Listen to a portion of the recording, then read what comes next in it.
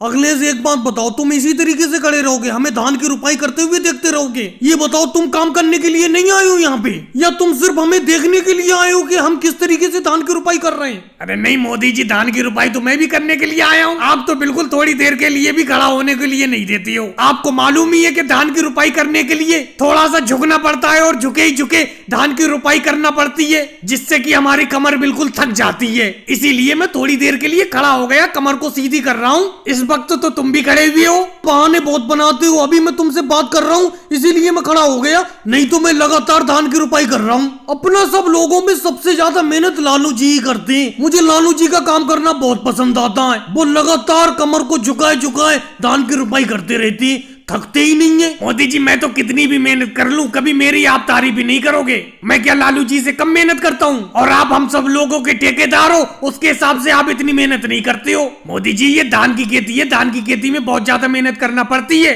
राहुल, ज्यादा बातें मत बनाओ, मुझे पता नहीं है ये धान की खेती है। मैं कौन सी आलू की खेती बता रहा हूँ इसे। और मैं तुम्हारी तारीफ भी इसलिए नहीं करता, तुम हालांकि काम ज्यादा करती हो, लेकिन तुमसे ज्यादा लालू जी मेहनत करती हैं। मोदी जी, हमें तो काम से मतलब है, हम तो सिर्फ काम करते रहते हैं, हमें तो बस अपनी मजदूरी की तरफ ध्यान रहता है। और जब तक अपना लोग धान की रुपाई नहीं कर लोगे, तब तक अमित शाह जी अपना लोगों को पैसे थोड़ी दे देंगे, क्योंकि ये अमित शाह जी का खेत है। अमित शाह जी के खेत में अपना लोग धान की रुपाई कर रहे हैं। लालू जी, ये बात तो है, बिना इस धान के खेत की रुपाई करे बगैर पैसे थोड़ी मिल जाएंगे। लेकिन हाँ, एक बात और कहना चाहूंगा मैं, योगी जी, आप भी अखिलेश की तरह ज्यादा मेहनत नहीं करती हो। आप भी धान की रुपाई करते वक्त बीच बीच में खड़े होते रहते हो, जैसे अखिलेश हमेशा खड़ा रहता है। मोदी जी, बेफालतू की बात नहीं करती हैं, अखिलेश तो बिल्कुल खड़ा ही रहता है, मैं तो फिर भी मेहनत करता हूँ। लालू जी से पूछ लो, लालू जी मेरे बराबर में, मैं लगातार धान की रुपाई कर रहा हूँ, और मेरे बराबर में तो आप भी हो। आप कौन सी ज्यादा मेहनत करते हो? आप तो हम मजदूरों के ठेकेदार हो, फिर भी इतनी ज्यादा मेहनत। अखिलेश, तुम भी लो एक नारियल और एक मिठाई का डिब्बा।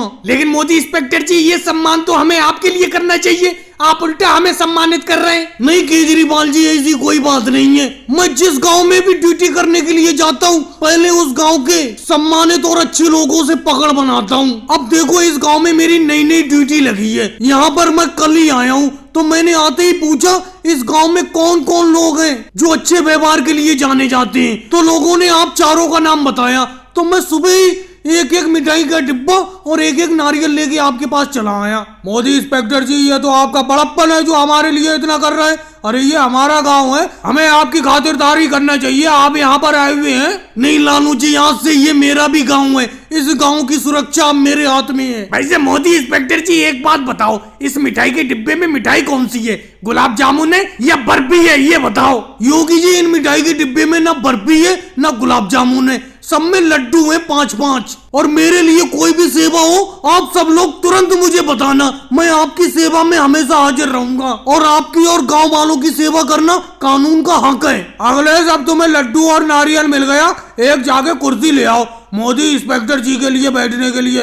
वैसे मोदी जी, एक बात बताओ, आप कहीं पे ड्यूटी करने के लिए जाते हैं, कितने दिन के लिए वहाँ पे रहते हैं? लालू जी, वैसे तो मैं लंबा नहीं टिक पाता कहीं पे, 1 महीना और 2 महीने में मेरा ट्रांसफर कर दिया जाता है। लेकिन मोदी इंस्पेक्टर जी, एक बात बताइए, इतनी जल्दी आपका ट्रांसफर क्यों कर दिया जाता है? जहाँ तक आपके बारे में सुना है, आप तो एक अच्छे पुलिस वाले हैं। अखिलेश जी, इसीलिए तो मुझे जल्दी जल्दी ट्रांसफर कर दिया जाता है। मैं अच्छा पुलिस वाला हूँ, मैं अपना पूरा काम ईमानदारी से करता हूँ, और सारे देश के पुलिस वालों को अपनी ईमानदारी से काम करना चाहिए। लेकिन मोदी इंस्पेक्टर जी, 5-5 लड्डू कम है, थोड़े से लड्डू और दे देते आप हमें। लालू जी, आप भी बेतुकी बात कर रहे हैं, अभी तो कह रहे थे इसकी क्या जरूरत है, अब मुझसे कह रहे हो कि 5 लड्डू कम है। अगर आपको 5 लड्डू कम लग रहे हैं, मुझे डिब्बा वापस कर दो, किसी और गांव वाले को दे दूंगा। मैं जितनी विनम्रता से बात करता हूँ, उतनी ज्यादा सख्त भी हूँ मैं। अब मैं चलता हूँ, मेरी ड्यूटी का वक्त हो गया। राहुल, सही से पेटी में से मधुमक्खियों के शहद की ट्रे हल्के से निकालो, जैसे मैंने हाथ में पकड़ रखी है वैसे हल्के से, नहीं तो ये मधुमक्खी अगर भड़क गई तो बहुत बुरा हाल कर देंगी। सही से निकालो। मोदी जी, जब से आपने मधुमक्खियों से शहद बनाने का धंधा शुरू किया है, तब से मैं आपके यहाँ पे मजदूरी कर रहा हूँ, और पता नहीं ये मधुमक्खी मुझे कितनी बार ये बहुत बुरी तरीके से डंक मारती हैं। लेकिन मोदी जी, मुझे एक बात समझ में नहीं आती, ये शहद इतना ज्यादा मीठा क्यों होता है? राहुल, ये तो मीठा होता है बस कुदरती, लेकिन देखो इस ट्रे में तो मधुमक्खियों ने शहद बनाया ही नहीं है, जो मेरे हाथ में ट्रे है। ये मधुमक्खियों से शहद बनाने का व्यापार भी बिल्कुल ठंडा होता जा रहा है। पहले एक दिन में ये मधुमक्खी कम से कम 10-10 किलो शहद बना देती थी, लेकिन आजकल ये मधुमक्खी मुश्किल से 1 किलो शहद बना पाती है। मोदी जी, ये मधुमक्खी फूलों से रस चूसती है और फूलों का भी तो सीजन चला गया। मैंने तो यही सुना है, आपके नजर में और कोई बात हो तो आप बताओ। लालू जी, आप भी बेतुकी बात करते हो। मेरी नजर में क्या बात होगी? फूलों से ही रस चूसती है ये मधुमक्खी। हाँ, तुम्हारी इस बात का समर्थन करता हूँ मैं। आजकल फूलों का सीजन चला गया, इसीलिए ये ज्यादा शहद नहीं बना पा रही है मधुमक्खी। अखिलेश, तुम कैसे चुप खड़े हो? तुम्हारी ट्रे में कितना शहद है बताओ, फिर शहद को निकालना चाहे। मोदी जी, मेरी इस ट्रे में भी बिल्कुल शहद नहीं है। आज मधुमक्खियों ने शहद बनाया ही नहीं है। मोदी जी, एक बात और मैं कह देता हूँ, कल से काम पे नहीं आऊंगा। मैं कितनी बार कह चुका हूँ, मुझे एक हेलमेट मंगा दो। केजरीवाल भी तो शहद का व्यापार करते हैं, उन्होंने सब मजदूरों को हेलमेट ला के दे दिए, जिससे कि मधुमक्खी उनके सर पर कहीं पे भी डंक नहीं मार दी है। मोदी जी, अखिलेश बिल्कुल सही कह रहा है, एक हेलमेट तो आपको लाकर देना ही पड़ेगा। अरे एक तो ये मधुमक्खी बड़ा शरारती होती है, जगह जगह डंक मारती रहती है, और डंक मारेंगी भी क्यों नहीं, अपना लोग इनका शहद भी तो ले लेती हो। इसीलिए आप एक हेलमेट ला के दे दो हम तीनों लोगों को, फिर ये मधुमक्खी हमारे कम से कम सर पे तो डंक नहीं मारेंगी। राहुल, तुम तीनों लोग काम बहुत कम करते हो और बातें बहुत ज्यादा करती हो।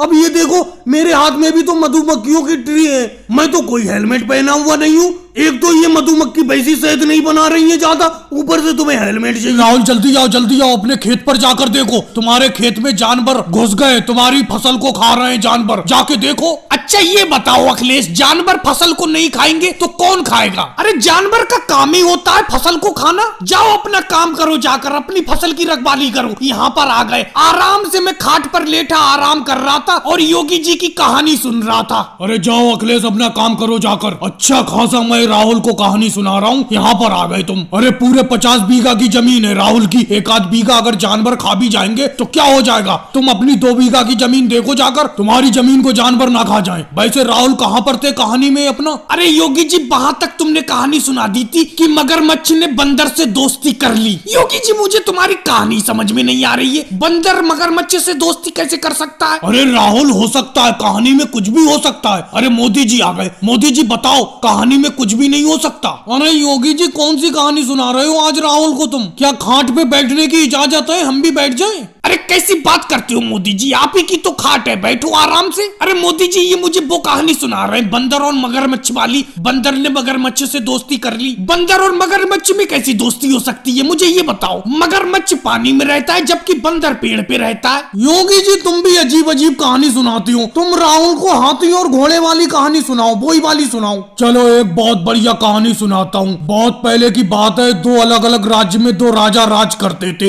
एक राजा के पास हाथी थे और एक राजा के पास घोड़े ही घोड़े थे। भाई योगी जी, क्या 2 ही राजा थे? तीसरा भी तो कोई राजा होगा, उसके पास क्या पता ऊंट ही ऊंट हो। अरे मोदी जी, तुम तो राहुल से ज्यादा बीच में बोलते हो, कम से कम कहानी को तो पूरा होने दो। मैं तो कह रहा हूँ आज भी राजाओं का राज चलता होता। उससे राहुल तुम्हें क्या फायदा होता? अरे सारे के सारे जानवर उन्हीं के पास रहते, हाथी घोड़े ऊंट, तो हमारी फसल खाने वाला कोई नहीं होता। अरे राहुल, गाँव की जिंदगी बहुत बढ़िया है जहाँ पे तुम रह रहे हो। कहाँ राजा महाराजाओं के राज की बात कर रहे हो? अपने गांव से ज्यादा सुकून कहीं। मनमोहन सिंह जी, तुम्हारे हल कोई दिमाग में आया? हाँ मोदी जी, अमित शाह जी का एक हल है, वो मेरे दिमाग में आया।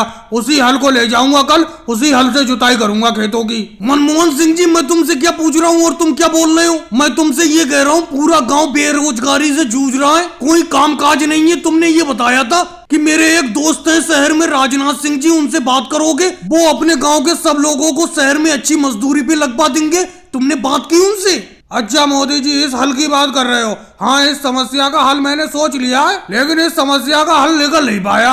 मैंने राजनाथ सिंह जी से बात की शहर में, वो कह रहे हैं शहर में भी बेरोजगारी फैली पड़ी है, यहाँ पे मत आना, अपने गांव में ही हल बैल से खेती बाड़ी करो। लेकिन मनमोहन सिंह जी, एक बात बताओ, बारिश हुई नहीं है 2 महीने से, खेत बंजर पड़े हैं, खेती बाड़ी भी कैसे हो जाएगी? गर्मी इतनी ज्यादा पड़ रही है, नदी नाले भी सूख पड़े हैं, तो फसल कैसे पैदा होगी? तो मोदी जी, किसी जगह काम करने के लिए तो जाना ही पड़ेगा, यहाँ गांव में रह के कोई फायदा नहीं होगा। अब योगी जी क्या बताऊं मैंने मनमोहन सिंह जी से कह दिया था कि शहर में कोई काम हो तुम राजनाथ सिंह जी से पूछ लेना, लेकिन अब ये बता रहे हैं कि इनकी राजनाथ सिंह जी से बात हुई, वहां पर भी कोई काम नहीं है। तो मोदी जी एक बात बताओ, इस गांव में ऐसे खाली कब तक खाते रहोगे? पिछले साल जो अनाज पैदा हुआ था खेतों में वो सब का सब मैं खा चुका। कहीं कोई काम करवाने वाला है ही नहीं, मजदूरी हो ही नहीं पा रही है, क्या करा जाए? लालू जी तुम्हारे तो घर का अनाज था, तुम्हारी फसल का अनाज था, वो तुम खा चुके। मैं तो उधार लेके दुकान से सारा का सारा अनाज खा गया। मेरे ऊपर कम से कम 10,000 रुपए का कर्जा हो गया है। मोदी जी वैसे मेरे एक दिमाग में एक आइडिया आ रहा है, उस आइडिया के हिसाब से आप सब लोग अगर चलोगे तो ये बेरोजगारी खत्म हो जाएगी। तो बताओ ना मनोहर लाल खट्टर जी, कौन सा वो आइडिया है, कुछ तो बताओ, जल्दी बताओ। देखो वो जो आइडिया आया था, वो आइडिया आया मेरे दिमाग में, अचानक मैं भूल गया। अब मैं रात में सोच के याद करूंगा वो कौन सा आइडिया था जिससे कि बेरोजगारी खत्म हो जाए। फिलहाल बहुत अच्छा आइडिया मेरे दिमाग में आया था, लेकिन अचानक आइडिया आया, अचानक मैं भूल गया। चलो अब सब लोग अपना लोग घर चलते हैं, घर चल के सब लोग दिमाग से सोचना कि कौन सा काम करा जाए जिससे कि ये बेरोजगारी खत्म हो। अरे मम्मी जी बढ़िया तरीके से चटपटी तरीके से भिंडी बना दो, इसीलिए मैं बाजार से आज भिंडी लाया हूँ। भिंडी खाने का बहुत मन है तुम्हारे हाथ की, तुम्हारे हाथ की भिंडी खाओ तो मजा आ जाता है। तू भी बेटा जिस चीज पे मन रख लेता है वो करके मानता है। आज तेरा भिंडी खाने का मन था तो बाजार से भिंडी लाकर माना। चल मैं बनाती हूँ बढ़िया तरीके से भिंडी। अरे मोदी जी आ गए, मोदी जी आ रहे हैं। अरे मम्मी जी ये मोदी जी आ रहे हैं, इनके सामने भिंडी को छुपा दे। उस दिन कड़ी चावल तुम बना रही थी तो ये मौके पर आ गए थे, तो 5 प्लेट कड़ी चावल खाए थे इन्होंने, और आज भिंडी बन रही है। अगर ये भिंडी बनाते टाइम यहाँ पर टिक गए तो 6-7 प्लेट भिंडी खाएंगे। भिंडी को छुपा दो मम्मी जी, जल्दी छुपा दो। अरे बेटा इतनी जल्दी कैसे छुपा दूंगी, कढ़ाई चूल्हे पे रखी है, मैं भिंडी काट रही हूँ। ये देखो आ चुके, यहाँ पर आ गए, देख खोपड़े पे। अरे सोनिया जी क्या बना रही हो, बड़ा अच्छी खुशबू आ रही है तुम्हारी कढ़ाई में से। अरे ये तो भिंडी काट रही हो तुम, भिंडी बनाओगी क्या आज? हाँ बनाऊंगी तो भिंडी मोदी जी। और बताओ क्या हाल है, कैसे आए?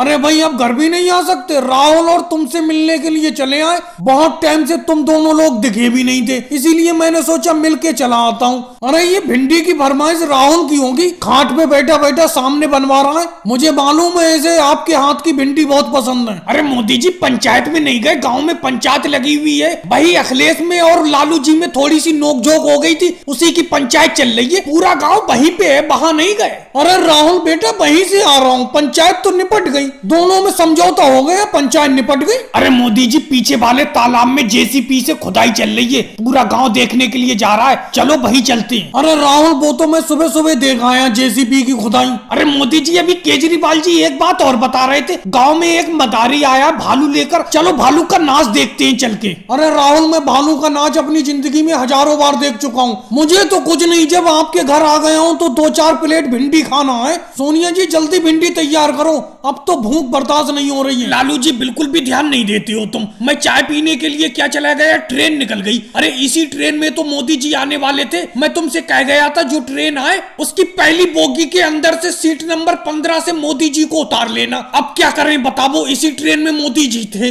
अरे मोदी जी वो बाहर आ गए निकल के। अरे मोदी जी ऐसे मत उतरना, ट्रेन की स्पीड तेज है। क्या बताऊं, जैसे तुम चाय लेने के लिए गए मेरी आंख लग गई, मुझे झपकी आ गई। ट्रेन सिर्फ 1 मिनट रुकी यहाँ, जैसी चलने के लिए ट्रेन ने हॉर्न दिया तुरंत मेरी आंख खुल गई। अब वो सब तो छोड़ो, ये बताओ मोदी जी कैसे उतरेंगे, ट्रेन की स्पीड तो तेज हो गई। अरे मोदी जी चैन खींच दो चैन। अरे भाई कोई ट्रेन को रोको, किसी तरीके से रोको, स्पीड तेज हो गई ट्रेन की, मैं कैसे उतरूं, उतर भी नहीं पा रहा हूँ, बहुत तेज स्पीड हो गई। अरे योगी जी मैंने कहा था पहली बोगी की सीट नंबर 15 से मुझे उतार लेना स्टेशन पे आके, तुमने ध्यान ही नहीं दिया, ट्रेन चलने लगी। अब वो तो मैं अचानक खिड़की की तरफ आ गया तो मेरी नजर तुम पे पड़ गई। अब बताओ क्या करा जाए, मैं किस तरीके से उतरूं? अरे भाई साहब कोई तरीका बताओ उतरने का।